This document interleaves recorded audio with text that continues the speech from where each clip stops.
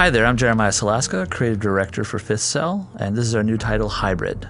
So Fifth Cell is actually known for Scribblenauts and other quirky titles like Drawn to Life, but now we've actually gone and done a third-person shooter for XBLA.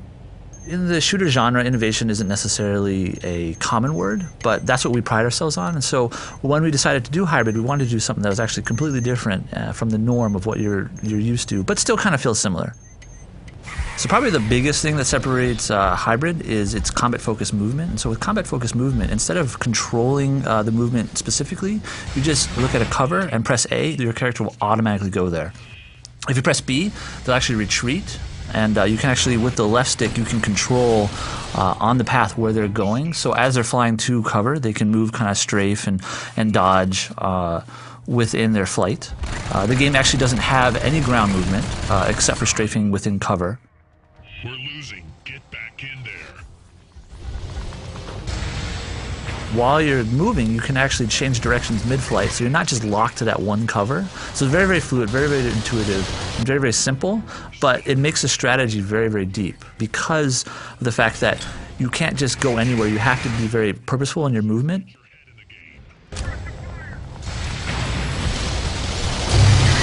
We're winning. Stay focused.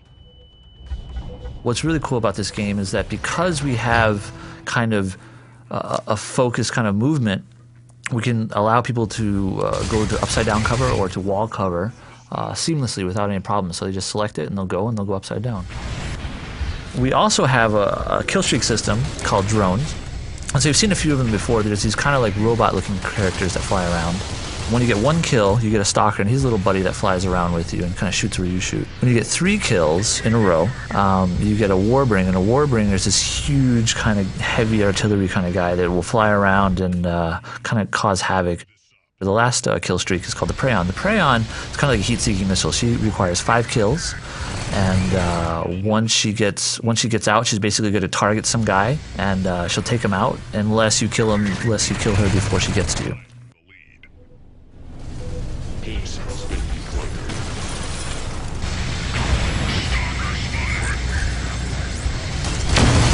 We don't have a class-based system. Instead, we have a system where you can pair on the fly as you die. You can go into the respawn menu and you can pair and match weapons and abilities to your liking. So, like one of my favorite combos is the double-barreled shotgun, which is pretty much an insta-kill when you're right on top of somebody and you hit them. But it only has obviously 2 bullets. With teleports, you can kind of surprise people and sneak up on them. That's a really fun ability. There's other ones like heavy machine gun with a siphon ability, which basically siphons off their health and gives it to you. So as you're fighting and you're moving around, you can kind of siphon up their health and take them out. Time for the lead.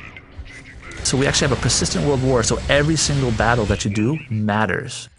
A lot of games where you just, you get in and you have personal achievement, and we have that too, where you're ranking up, you're getting new abilities, you're getting new weapons over time when you unlock them per level. But there's also this huge persistent world war that's going on over across every single continent.